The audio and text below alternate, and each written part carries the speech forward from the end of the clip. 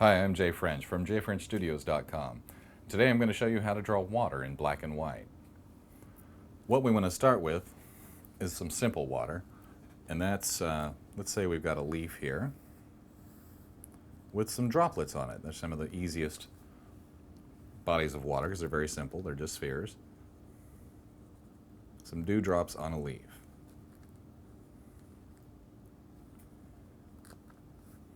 So you get your ovals in to where you know what you're working with then, and give some shading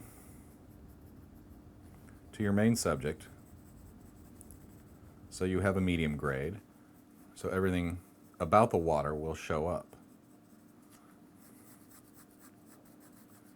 Because water is essentially all about light. It is the light it reflects, it is the light it shows through. Which of course all art is based on that. So now that we've got this basic concept, we've got a couple of veins on the leaf, because that'll come in when we get to our details. Now essentially, from where I've drawn this so far, our light source is coming from the top left. So what we want is a hard shadow. Now if you're doing this in color, of course this is all about doing it in black and white, but if you are doing it in color, you would not use absolute black, you'd just use a dark tone of what's underneath. In this case it'll be a green because it's a leaf. Then you leave a white edge around the edge facing the light source. Fill in the medium tone, which is actually picking up what's underneath, and then add some of the details that you have underneath. Here we have a vein that is coming right across this droplet, so we'll warp it and make it get fat as well. This will happen on all these, leaving our white.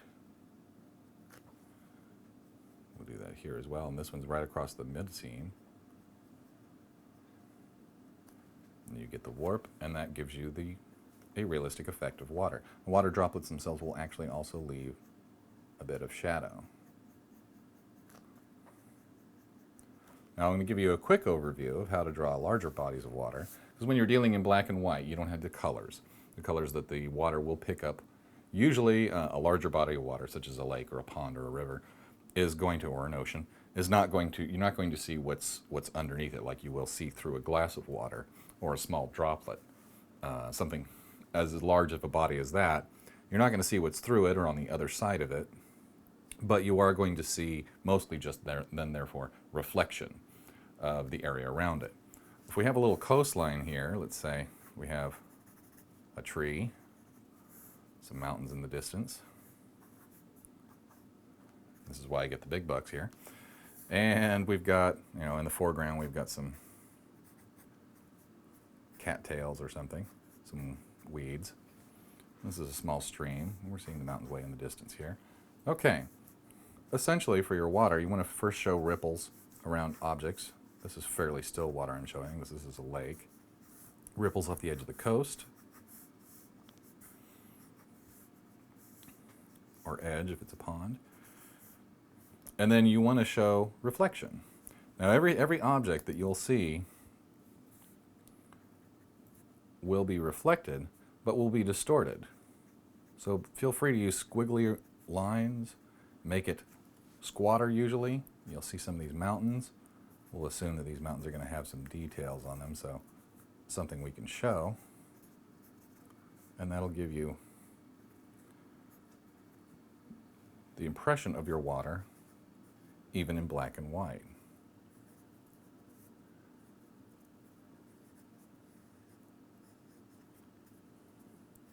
And there you have what'll look like water in black and white.